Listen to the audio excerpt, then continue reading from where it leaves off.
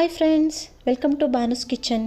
ಇವತ್ತು ನಾನು ಪಾಲಕ್ ಪನ್ನೀರ್ ಟಿಕ್ಕಾ ಹೇಗೆ ಮಾಡೋದು ಅಂತ ತೋರಿಸ್ತಾ ಇದ್ದೀನಿ. ತುಂಬ ಟೇಸ್ಟಿಯಾಗಿರುತ್ತೆ. ಬನ್ನಿ ನೋಡೋಣ ಹೇಗೆ ಅಂತ.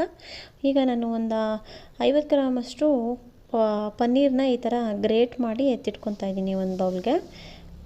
ನೋಡಿ, ಈಗ ಅದನ್ನು ನಾನು ಈ ಥರ ಉಂಡೆಗಳು ಮಾಡಿಕೊಂಡು, ಒಂದು ಮೀಡಿಯಮ್ ಸೈಜ್ ಉಂಡೆಗಳನ್ನ ಮಾಡಿಕೊಂಡು ಅದನ್ನು ಒಂಥರ ಸ್ವಲ್ಪ ಪ್ರೆಸ್ ಮಾಡಿ ಈ ಥರ ಕಾಯಿನ್ ಟೈಪ್ ಮಾಡಿ ಎತ್ತಿಟ್ಕೊತಾ ಇದ್ದೀನಿ. ಎಲ್ಲನೂ ಅದೇ ಥರ ಮಾಡಿ ಎತ್ತಿಟ್ಕೊತೀನಿ.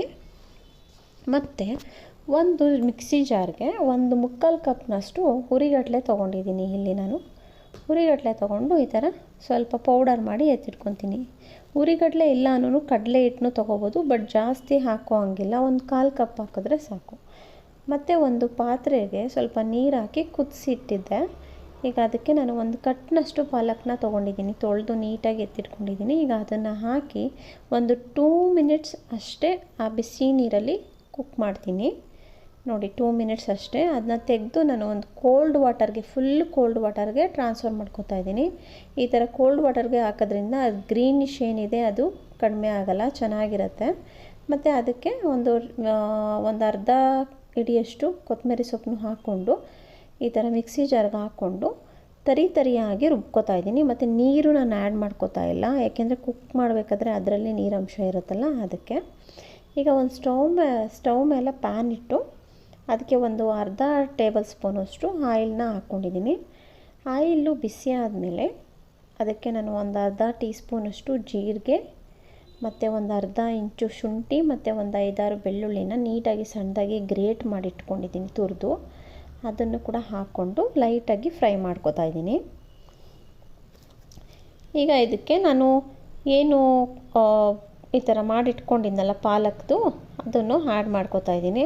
ಮತ್ತು ನಾನೇನು ಕುಕ್ ಮಾಡ್ತಾಯಿಲ್ಲ, ಡೈರೆಕ್ಟಾಗಿ ಅದನ್ನು ಹಾಕಿದ ತಕ್ಷಣವೇ ಈ ಕಡಲೆ ಪುಡಿ ಕೂಡ ಹಾಕ್ಕೊಂಡು ಎಲ್ಲ ನೀಟಾಗಿ ಗಂಟಿಲ್ದಿರೋ ಥರ ಮಿಕ್ಸ್ ಮಾಡ್ಕೊತೀನಿ. ಈಗ ಅದಕ್ಕೆ ಒಂದು ಅರ್ಧ ಟೀ ಸ್ಪೂನಷ್ಟು ಸಾಲ್ಟ್ ಕೂಡ ಹಾಕ್ಕೋತಾ ಇದ್ದೀನಿ. ಸಾಲ್ಟು ನೀವು ಟೇಸ್ಟ್ ನೋಡಿಬಿಟ್ಟು ಹಾಕ್ಕೊಳ್ಳಿ. ಈ ಥರ ಇದನ್ನ ಸ್ವಲ್ಪ ಸಾಲ್ಟ್ ಎಲ್ಲ ಮಿಕ್ಸ್ ಆಗೋ ಥರ ಮಿಕ್ಸ್ ಮಾಡ್ಕೋತೀನಿ. ಮತ್ತು ಜಾಸ್ತಿ ಕುಕ್ ಮಾಡಲ್ಲ. ನೋಡಿ, ಈಗ ಆಗಿದೆ. ಇಷ್ಟ ಆದರೆ ಸಾಕು, ಒಂದು 2 ಮಿನಿಟ್ಸಲ್ಲಿ ಆಗೋಗುತ್ತೆ. ಇದನ್ನ ಒಂದು ಪ್ಲೇಟ್ಗೆ ನಾನು ಟ್ರಾನ್ಸ್ಫರ್ ಮಾಡ್ಕೊಂಡಿದ್ದೀನಿ, ಸ್ವಲ್ಪ ಕೂಲ್ ಆಗಲಿ ಅಂತ. ಸ್ವಲ್ಪ ಕೂಲ್ ಆದಮೇಲೆ ಬಿಸಿ ಇದ್ದಂಗೆ ಈ ಥರ ಉಂಡೆಗಳು ಮಾಡ್ಕೋತಾ ಇದ್ದೀನಿ. ಮತ್ತು ನಾವು ಕಡಲೆಬೇಳೆ ವಡೆ ಎಲ್ಲ ಮಾಡ್ತೀವಲ್ಲ, ನೋಡಿ ಆ ಥರ ತಟ್ಕೋತಾ ಇದ್ದೀನಿ. ನಾನು ಆಯಿಲ್ ಏನೂ ಹಾಕ್ಕೊಂಡಿಲ್ಲ, ಕೈಗೆ ತುಂಬ ಅಂಟ್ತಾ ಇದ್ದರೆ ಆಯಿಲ್ ಹಾಕ್ಕೋಬೋದು. ಮತ್ತು ಅದಕ್ಕೆ ನಾನು ಪನ್ನೀರು ಮಾಡಿಟ್ಕೊಂಡಿದ್ನಲ್ಲ ಅದನ್ನು ಇಟ್ಟು ನೋಡಿ ಈ ಥರ ನೀಟಾಗಿ ನೋಡಿ ಈ ಥರ ಉಂಡೆ ಮಾಡಿ ಎತ್ತಿಟ್ಕೊತೀನಿ. ಸ್ವಲ್ಪ ಪ್ರೆಸ್ ಮಾಡಿ ಸೇಮ್ ವಡೆಗೆ ಮಾಡ್ಕೊತೀವಲ್ಲ ಅದೇ ಥರ ಮಾಡಿ ಎತ್ತಿಟ್ಕೊತಿದ್ದೀನಿ. ಎಲ್ಲನೂ ಅದೇ ಥರ ಮಾಡಿಟ್ಕೊಂಡಿದ್ದೀನಿ. ನೋಡಿ ಎಷ್ಟು ಚೆನ್ನಾಗಿ ಬಂದಿದೆ.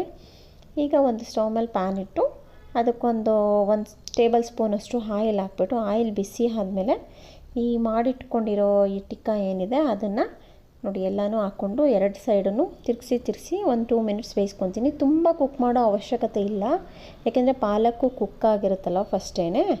ಅದಕ್ಕೆ ನೋಡಿ ಎಷ್ಟು ಚೆನ್ನಾಗಾಗಿದೆ, ಕ್ರಿಸ್ಪಿಯಾಗಿ ಟೇಸ್ಟಿಯಾಗಿರುತ್ತೆ. ಮಕ್ಳಿಗಂತೂ ತುಂಬ ಇಷ್ಟ ಆಗುತ್ತೆ. ಹೇಗೂ ಮಕ್ಕಳು ಪಾಲಕ್ಕು ಇದೆಲ್ಲ ನೀವು ತಿನ್ನೋಕ್ಕೆ ಇಷ್ಟಪಡಲ್ಲ, ಬಟ್ ಈ ಥರ ಮಾಡಿಕೊಟ್ರೆ ನೀವು ಪಾಲಕ್ಕು ಸೊಪ್ಪಿಂದ ಮಾಡಿದ್ದೀರಾ ಅಂತ ಅವ್ರಿಗೆ ಗೊತ್ತೇ ಆಗಲ್ಲ. ತುಂಬ ಚೆನ್ನಾಗಿರುತ್ತೆ. ನೀವು ಟ್ರೈ ಮಾಡಿ ನೋಡಿ ಹೇಗಿತ್ತು ಅಂತ ಕಮೆಂಟ್ ಮಾಡಿ. ನನ್ನ ಚಾನಲ್ಗೆ ಸಬ್ಸ್ಕ್ರೈಬ್ ಆಗಿ. Thank you.